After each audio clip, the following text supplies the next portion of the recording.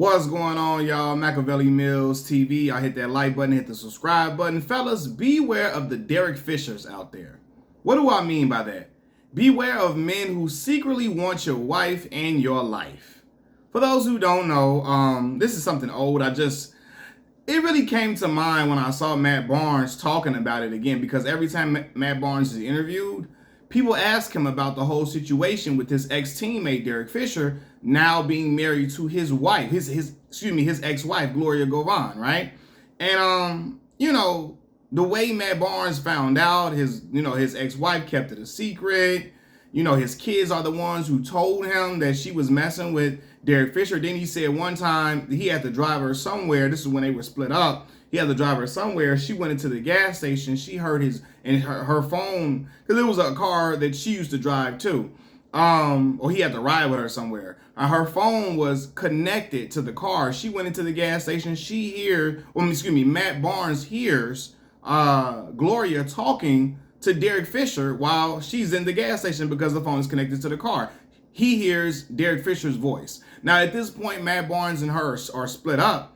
But Matt Barnes like, damn, this is crazy. I used to have you around my wife. Like, matter of fact, when I was with Gloria and Derek Fisher, you were with your ex-wife.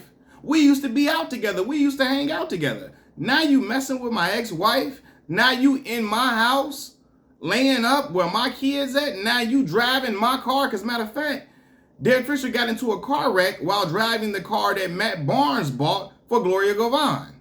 You know what I mean? So it's just like, man, you look at brothers like this, man, and all you could think about is, damn, the whole time Derek Fisher was plotting. You was plotting on his woman. You saw his woman and you was licking your chops, licking your lips. And Gloria Govan, I'm going to say this too. Fellas, beware of women like Gloria Govan. Women who don't have any boundaries, who don't really have any type of respect for, I'm not going to mess with your ex-teammate, etc. Because I promise y'all, if Matt Barnes was messing with the woman at the beauty shop, if Matt Barnes was messing with one of the other women that do hair, beauticians at the salon she go to, she would have a goddamn fit. But not only that, she was messing with somebody. She's married now to somebody that he was in the trenches with for 2 years, a teammate of his, someone who they used to go on double dates with, they used to be hanging out with and all of that, right? And so I say this, man.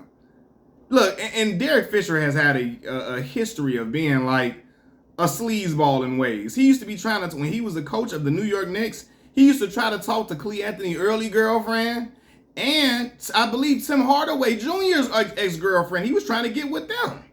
So Derek Fisher is Mr. Steal Your Girl, and he ain't got no morals about his shit at all. But I'm gonna say this, man. What makes it crazy is that they were probably introduced through double dating or having his wife. I'm sure Matt Barnes will want to introduce them. Hey, Derek, this is my wife, Gloria. Gloria, this is my teammate, Derek. And Derek probably was, this is my wife and all of that. And he created an opening for them to possibly for them to kind of have some type of sparks fly with each other at that point. Who knows? And, I think about this. I was raised by a father my father raised me under the patriarchy. There are things that my father believes that I don't agree with. And there are things that my father believes that I strongly agree with, right? And my father is a person who feels like there are certain boundaries that have to be set with your friends and your woman. First of all, you got to know what type of woman you got.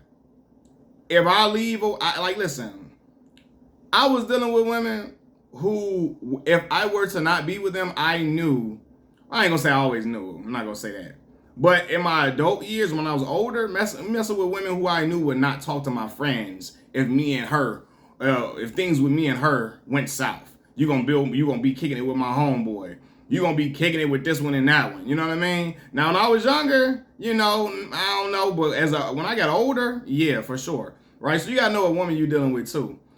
You gotta make sure you're dealing with a woman who's not a concubine. You're dealing with a woman who is a wife type material. Because a woman that's wife material for real not gonna do shit like that. So anyway, and some women might disagree with me on that. Because some people feel like, once you're not with her no more, all is fair and game. No, man, it's principles and ethics to everything. I'm not talking to my homegirl, a girl that's rocking in my ex-girlfriend's inner circle when I'm not with her no more. That shit like that is tacky and messy and it's trifling. But anyway, my father used to tell me, when you got a woman, there's certain boundaries that should be set between your woman and your friend. There shouldn't be all forms of communication with them. Like, like my father say, man, your homie shouldn't have your woman phone number and shit. No, man, he can't get in touch with you. Call your mama or something. Like, you know what I mean? Or you will get back with him when you can. You shouldn't have your woman phone number. You know, I remember stuff like your homie should never be at home alone with your woman. Not saying you don't trust your woman or saying that your woman is sleazy, because right, it's only up to her to do certain things. But even being in a house alone creates, even your friend being in a house alone with a woman creates an opening for some type of stuff to be, for lines to get crossed, or things to be misinterpreted, or for misunderstandings to occur, right? I remember when I was in high school, I used to be spending the night at my pop's house sometime, right? My dad is married. So, like, my father had his own business, you know, his own cable company. His friend would work for the cable company, work for the cable company with my dad. He'll be helping one of my dad's friends. My father had one main partner, and sometimes when the main partner couldn't be around, he would have somebody else help him. So when his homie would come over to the house, they'll watch the game, and he'll spend the night on the couch or something like that, right? Kick it over there with my dad. They'd be in the front, whatever. So on some nights, you know, that my dad's friend would spend the night, he and my dad be in the front room, kicking it. They'd be on the couch, laid back, sleep. When I get ready to go to school in the morning, my dad would take me to school at 6 in the morning. My dad's wife would probably have to be at work at 9 o'clock, so she would be getting up like 7:30-ish or something like that, right? So I'm getting out the house at 7 on the dot. My dad would not be leaving his friend in the house to be alone with my stepmother. No.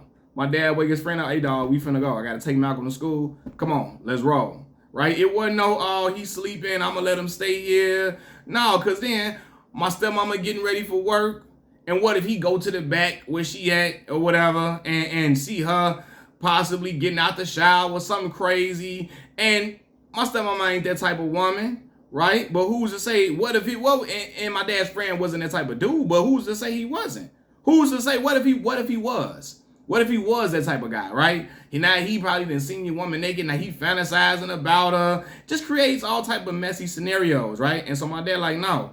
Or if my dad's friends would have to drop something off to him, you ain't dropping that stuff off to him while he ain't there. Or she coming to the door, you know what I mean? She coming to the door, you handing it to her. Most of the time, you ain't dropping nothing off to the house.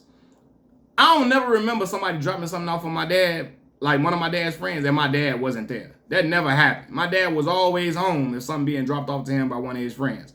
He there, so he could be there to like, hey, you know, I'm here. You ain't coming to the door with my woman, coming up in the house with my woman while I ain't there. It wasn't going on.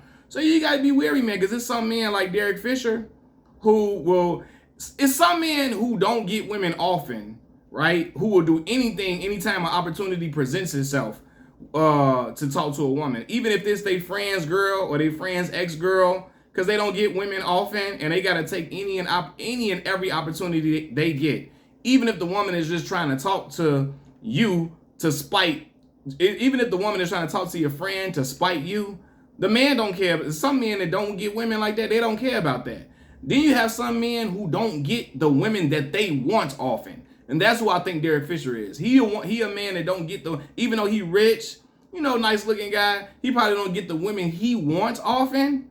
And so when an opportunity presented itself for Gloria Govan to talk to him, his ex-teammate's girl, or his former teammate's ex-wife, he was like, oh yeah, I'm jumping right on this.